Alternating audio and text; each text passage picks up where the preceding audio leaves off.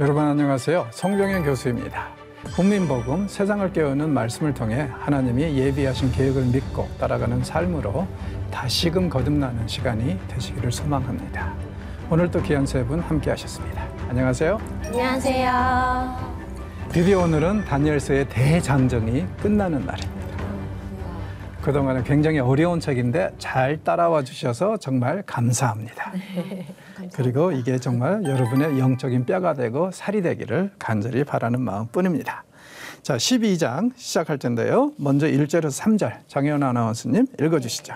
그때에 내 민족을 호위하는 큰 군주 미가엘이 일어날 것이요 또 환난이 있으리니 이는 계곡 이래로 그때까지 없던 환난일 것이며 그때에 네 백성 중 책이 기록된 모든 자가 구원을 받을 것이라.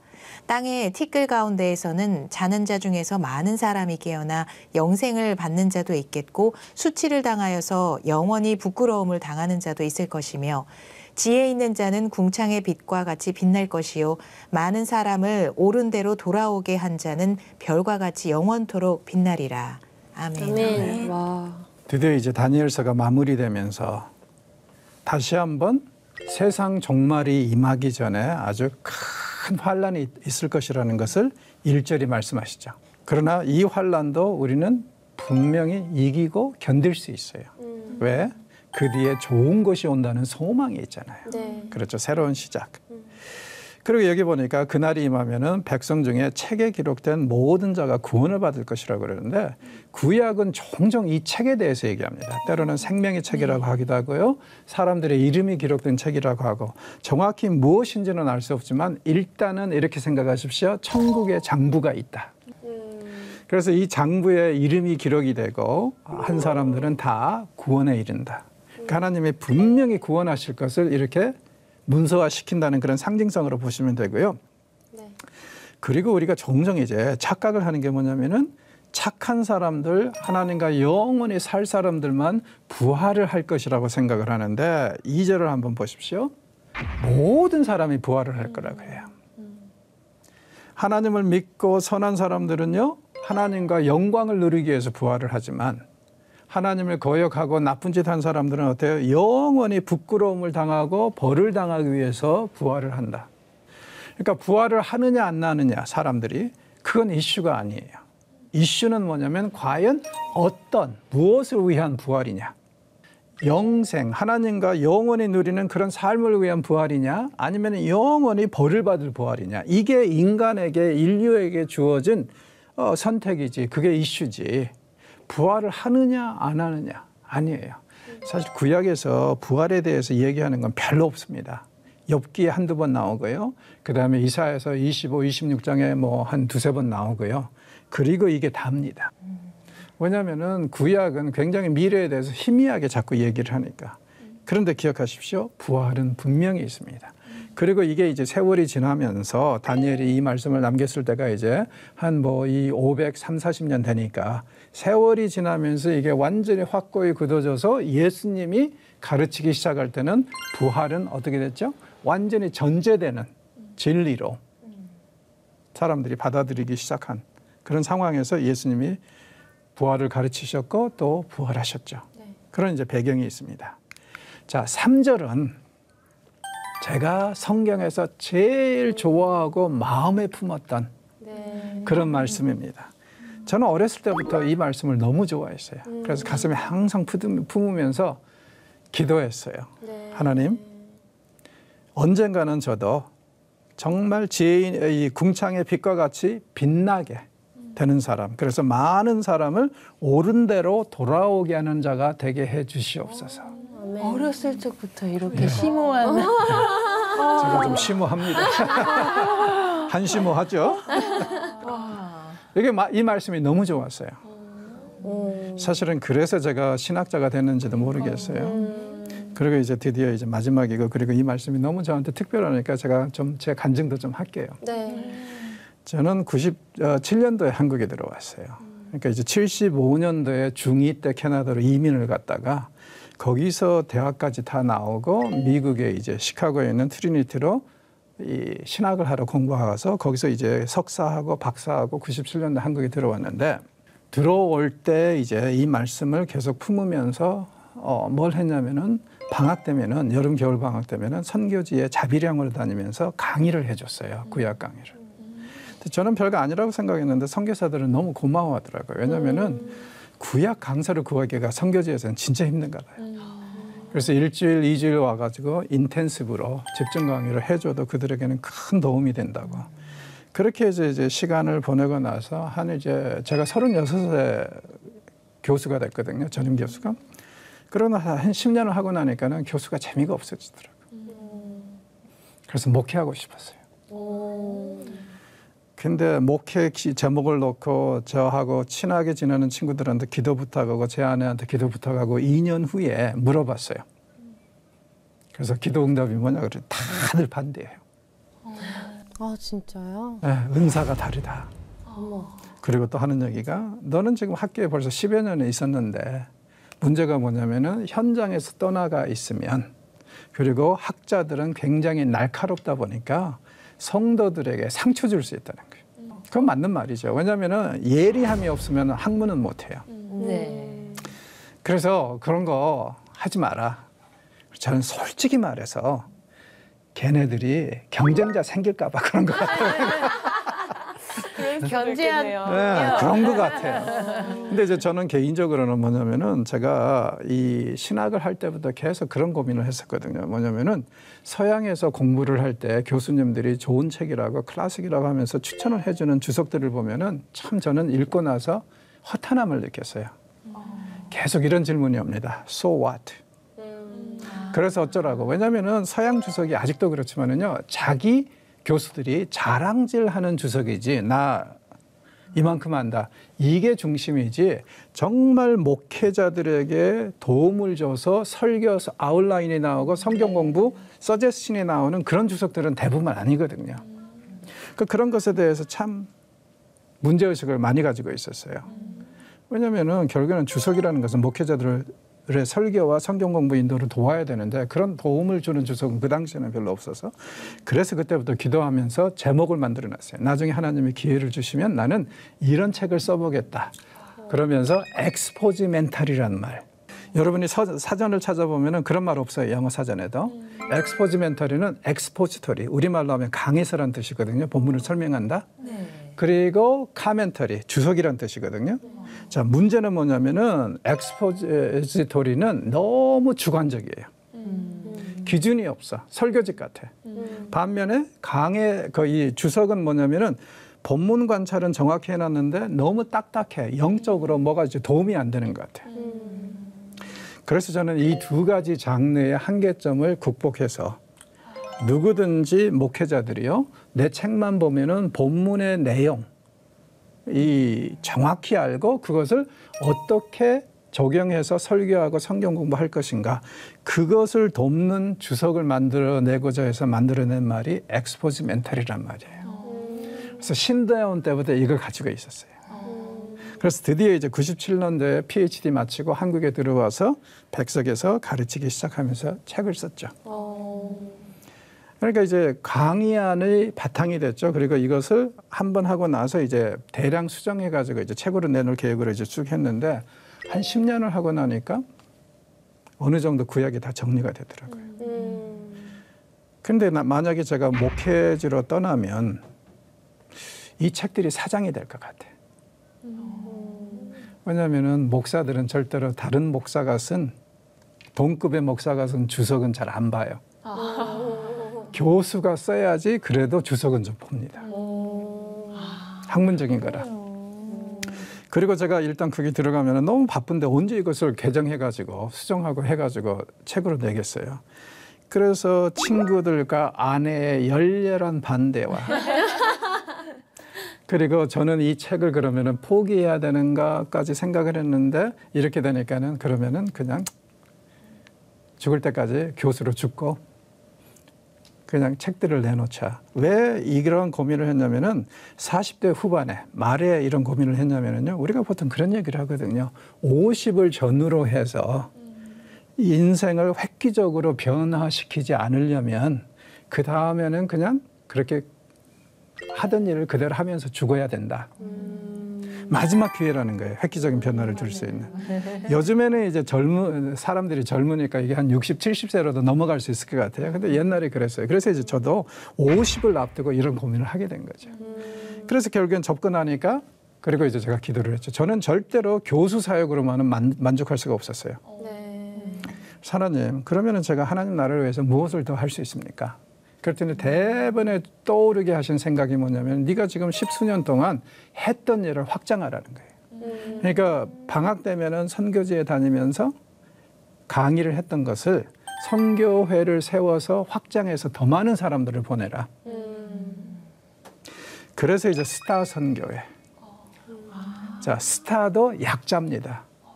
우리말로 풀이하면 전략적인 가르침과 리소스 선교회라는 건데 선교도 전략적으로 해야 된다는 거예요. 그리고 이게 왜 스타로 제가 만들었냐면은 이 말씀 때문에. 아, 별과 같이 예. 영원토록. 그래서 저희 홈피가 star123.kr이에요. 다니엘서 12장 3절 말씀에 스타가 나오잖아요. 아, 그래서 예. 그렇군요. 그래서 이제 이렇게 해서 올해가 13주년입니다. 선교회 세운 집. 그동안은 나름대로 열심히 일했어요. 그래서 첫 해는 사실은 우리가 지금 어떻게 하고 있냐면은 현장에서 강사가 필요하다. 선교지에서. 그러면은 우리 강사하고 조율을 해서 시간을 조율해서 현장하고 네. 그래서 되면은 가서 일주일 동안 집중 강의하는 것을 한 유닛이라고 그래요. 자, 첫 해는 우리가 26, 7유닛 보냈어요.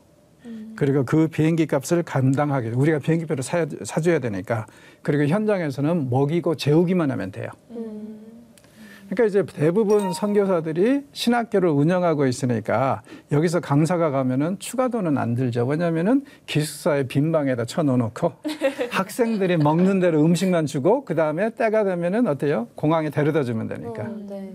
그렇게 함으로 해서 우리는 선교지로 갔다 올 수 있는 비행기표를 후원하고 그리고 강사들은 1년에 한 주 혹은 2주를 자원함으로 인해서 이렇게 어우러져서 굉장히 의미심장한 교육이 이루어지게 하자.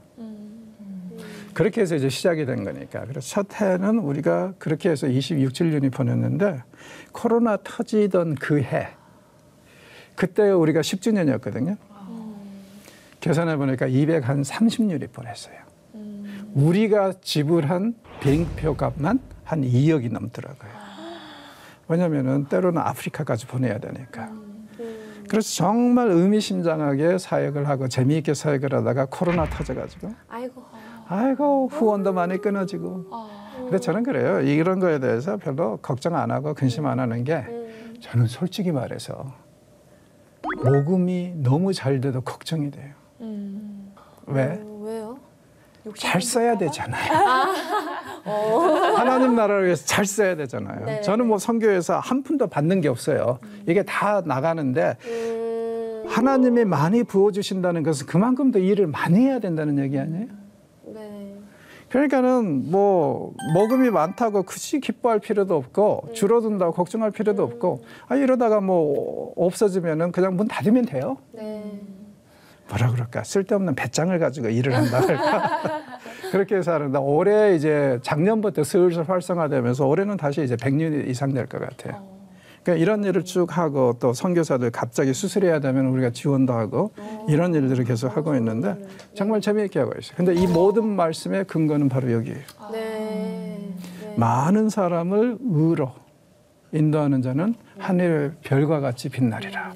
그리고 저는 하나님의 스타가 되고 싶습니다. 네. 그렇게 해서 이제 오늘까지 왔어요. 그래서 저 이 말씀은 굉장히 저한테 특별한 말씀. 정말 그렇네요. 네. 여러분들도 아마 분명히 제일 좋아하는 말씀이 하나씩 있을 거예요. 네네네. 그걸 실현할 수 있으면 진짜 더 좋을 것 같아요. 하여튼 뭐 그렇습니다. 제 자랑인 것 같아서 이제 그만하고. 자, 12장 7절에서 8절 말씀. 우리 강래희님 읽어주시죠. 내가 들은즉 그 세마포 옷을 입고 강물 위쪽에 있는 자가 자기의 좌우 손을 들어 하늘을 향하여 영원히 살아계시는 이를 가리켜 맹세하여 이르되 반드시 한때 두 대 반때를 지나서 성도의 권세가 다 깨지기까지이니 그렇게 되면 이 모든 일이 다 끝나리라 하더라. 내가 듣고도 깨닫지 못한지라 내가 이르되 내 주여 이 모든 일에 결국이 어떠하겠나이까 하니. 아멘. 자, 앞장에서 기억나십니까? 70주가 나왔는데 9장에서 그중에 7주, 그 다음에 62주, 그리고 마지막에 한 주 남았었죠. 자, 그 한 주에 대해서 또 이렇게 얘기합니다. 한 때, 두 때, 반 때? 그럼 이게 뭐예요? 3.5. 그러니까 반주. 네네네네. 그게 지나서 성도의 권세가 완전히 꺾여질 것이고 온갖 난리가 날 거라는 거. 그러니까 신약에서 계시록에서 마지막 대환란을 7년이라고 그러잖아요. 그리고 그 7년 중에 처음 반은 3년 반은 평화가 있는데 나머지 3년 반에 온통 혼란과 핍박이 있을 거라고 그러잖아요. 그게 바로 이제 이 말씀, 이런 말씀을 바탕으로 하는 겁니다. 물론 말씀드린 것처럼 그걸 문자적으로 3년 반으로 볼 필요는 없어요. 왜냐하면 네. 7이라는 숫자 자체가 네. 상징성을 가지고 있으니까. 그러나 일단은 이렇게 세세하게 구체적으로 얘기하는 것은 무엇 때문이라고요? 구체성. 반드시 일어날 것이다. 네. 반드시 일어날 것이다. 내가 보장한다. 네네네. 그러나 너무 구체적으로 이거다 하지는 말라. 왜? 그럼 다쳐요. 알면 다쳐 그거네. 다쳐요. 너무 알려고 하면 구체적으로 다쳐요. 알면 다쳐. 얘기했잖아요. 머리가 빠개져야지 알 수 있을까요? 아니요. 머리가 빠개지고도 못 알아요. 하나의 가설에 불과하지. 그러면 이제 우리의 질문은 그러면은 이 땅에서 오늘날 이 순간을 살아가는 우리는 어떻게 살아야 되죠? 자, 거기에 대해서 이제 우리 주연님이 응답을 주실 거예요. 9절에서 13절 읽어주시죠. 그가 이르되 다니엘아 갈지어다. 이 말은 마지막 때까지 간수하고 봉함할 것임이니라. 많은 사람이 연단을 받아 스스로 정결하게 하며 희게 할 것이나 악한 사람은 악을 행하리니 악한 자는 아무것도 깨닫지 못하되 오직 지혜 있는 자는 깨달으리라. 매일 드리는 제사를 패하며 멸망하게 할 가증한 것을 세울 때부터 1290일을 지낼 것이요. 기다려서 1335일까지 이르는 그 사람은 복이 있으리라. 너는 가서 마지막을 기다리라. 이는 내가 평안히 쉬다가 끝날에는 내 목을 누릴 것임이라. 아멘. 자, 마지막 부분에도 또 숫자가 나오죠. 1290일, 1335. 그러니까 이것은 계시록 같은 혹은 다니엘서 같은 묵시문학의 특징이라고 그랬어요. 아주 구체적으로 얘기를 해요. 3.5, 3.5처럼. 그러나 너무 집착하지 마라. 그럼 어떻게 살 것인가? 마지막을 기다리면서 평안하게 살아라. 그리고 앞에서 뭐라 그랬어요? 이건 너의 역할이 아니니까 아예 네가 받은 메시지는 봉인해서 남겨두라 이거예요. 기록으로. 그럼 언젠가는 그 시대가 되면은 이걸 보고 깨닫는 사람들이 있을 것이고 그들은 분명히 드디어 종말에다가 임했다는 것을 알고 더 각성하고 근신하면서 기도하고 준비할 거 아니냐. 그러니까 각 세대마다 각자의 몫이 있다는 거죠. 네. 그런데 만약에 우리가 너무 미래, 아직 경험하지 못한 종말에 집착하는 것은 마치 뭐와 같냐면 그 세대의 것을 탐하는 것과 같아요.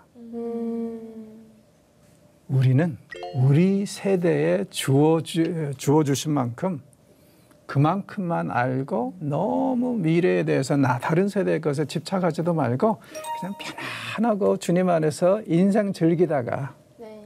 갑시다. 아버지는 말하셨지 인생을 즐겨라. 이게 굉장히 제가 볼 때는 진리예요. 네. 미래에 대해서 너무 미리 가불해서 걱정할 필요도 없고 그렇잖아요. 우리는 주님 손 안에 있는데 뭐 그렇게 할 필요가 있어요. 주어진 환경에서 최선을 다해서 누릴 건 누리고 즐길 건 즐기고 또 일할 건 일하면서 그렇게 하는 것이 종말을 준비하는 것이지 너무 집착해가지고 어느 때에 종말이 온다 해가지고 그걸 대비해서 하는 것은 바람직하지 않아요. 왜냐하면 10중8구로 다 틀립니다. 1992년에 다미선교회 혹시 기억나십니까? 이상한 애들이 있었어요. 자기네들이 계시를 받았는데 재림이 1992년 제 기억으로는 10월 27일인가 임한다는 거예요. 그래가지고는 수많은 성도들이 여기에 몰입을 하고 세뇌가 되고 그리고 많은 가정이 깨졌죠 그때. 그것만 봐도 이건 절대 하나님의 뜻은 아니에요. 왜냐하면 하나님이 하시는 일이 가정을 깰 리는 없잖아요. 진짜 저는 제일 마음이 안 들고 안타까웠던 게 뭐냐면은 그런데 현혹되는 사람들이 어떤 사람들이죠? 지식인들이나 또 신실해 보인 듯한 사람들이 그런 사람들도 있는데 네. 주류는 어떤 사람이었냐면은 세상 살기가 너무 힘든 사람들. 소외계층이에요. 그렇죠. 뭐 이혼하고 직장 없고 뭐 이러면서 상처가 많은 사람들. 제가 왜 이런 이단들에게 분노하냐면은 가장 힘들고 연약한 사람들은 먹잇감으로 삼아버리잖아요. 그렇겠네요. 아니 세상을 누리고 즐기면은 굳이 그런데 현혹될 일은 별로 없잖아요. 근데 뭔가 좀 만족스럽지 못하니까 자꾸 그런 대로 이제 대안을 찾고 그러는데 정말 안타까운 일들이 그때 많이 벌어졌죠. 결국에는 주님 오셨나요? 주님은 안 오시고 이 사람들은 각자 뿔뿔이 흩어질 수밖에 없었죠. 실망을 안고. 시카고에서는 이 사람들 다 머리끝에서 발끝까지 흰 옷 입고 모였더라고요. 아이고. 좀 제가 볼 때는 좀 으시시하대. 그죠? 그런 일이 있었어요. 여러분, 하여튼 종말에 대해서 구체적으로 집중하면 꼭 이런 사단이 일어납니다. 그리고 성경은 분명히 종말은 온다, 구체적으로. 그건 얘기하지만 날짜에 대해서, 시간에 대해서 여기다 하고 못 박는 것은 절대 금지예요. 그래서 이제 묵시문학을 보면 자꾸 숫자들을 주는데 한 숫자만 주면 또 말도 안 해요. 숫자를 여러 개를 줘요. 헷갈리게. 네. 그리고 이 마지막 말씀에도 그 숫자가 1290일이 나오더니 1335일이 또 나오잖아요. 똑같은 구절에서. 그러니까 구체성은 있는데 어때요? 너무 구체적으로 이거다 얘기하면 된다 안 된다? 안 된다. 안 된다. 그러니까는 오늘 이 순간을 누리고 즐기시면서 주님이 언젠가는 오신다는 것을 마음에 품고 갈망하되 앞으로 될 일에 대해서 너무 관심을 갖지 말라는 거예요. 네네네. 왜? 결국에는 관심을 가지고 이거다 해도 결국에는 그건 하나의 추리력이고 상상력이지. 실제로 그렇게 될지 안 될지 알아요, 몰라요? 몰라요. 모르죠. 그러면 그런 데 쓸 열정을 오늘 이 순간에 하나님의 백성으로서 신실하게 쓰는 게 낫죠. 네네네. 그래서 이제 다니엘에게 그런 고민을 하는 겁니다. 네 몫은 다 끝났으니까 이 잘 포장해서 남겨두고 너는 나머지 여생을 편안하게 살다가 죽으면 된다. 모두에게는 각자의 역할이 있다는 거예요. 다니엘서가 저는 이렇게 끝나는 게 얼마나 다행인지 모르겠어요. 그렇지 않으면 너무나도 많은 사람들이 미래에 집착해가지고 이상한 짓들 많이 할 것 같아요. 네네네. 그렇죠? 자, 이렇게 이제 다니엘서의 대단원이 마무리가 되는데 되게 우리 장혜연 아나운서님은 처음부터 계속 같이 하시는데 뭐 소감이나 네. 느낀 점 같은 거 좀 항상 말씀해 주시죠. 제가 범접할 수 없는 다 어렵지만 도전적이었던 부분이었어요. 다니엘서가 처음에도 말씀드렸지만 저한테도 도전적이에요. 솔직히 이게 너무 이해도 안 되고 이렇게 어렵게 하시면서 무슨 메시지를 주려고 하셨을까? 이렇게 나를 혼란스럽게 만드시는 이유는 뭘까? 뭐 그런 생각을 하면서 항상 실패하곤 했는데 이번에 이제 교수님의 가르침을 따라가면서 조금 더 지식적으로도 알고 또 영적으로도 더 깨달으려고 노력했고 도움을 많이 받은 것 같아요. 근데 우리가 이제 중요한 것 앞에 덜 중요한 걸 자꾸 놓고 고민하고 쓸데없는 생각이 너무 많이 빠질 때가 있어서 그 순서만 좀 잘 잡고 있는 상태에서 계속 이걸까 저걸까 이렇게 의문을 갖고 공부하는 자세는 맞는 것 같다는 생각이 들어요. 성도로서 신학자가 아니더라도요. 우리 막차를 탄 강래희님은 저는 다니엘서를 통해서 제가 기도하는 그 자세에 대해서도 다시 한번 딥하게 생각할 수 있는 세컨 찬스를 받은 것 같고요. 19절에 두려워하지 말라, 평안하라, 강건하라. 이 말씀이 저에게 오늘은 탁 가슴에 와닿는 제일 큰 말씀이 돼서 너무 위안도 되면서 다니엘서를 안 배웠으면 큰일 날 뻔했다 하는 생각을 했습니다. 강건하게 사십시오. 네, 당당하게 살겠습니다. 당당하게 사십시오. 네. 우리 지연님은요?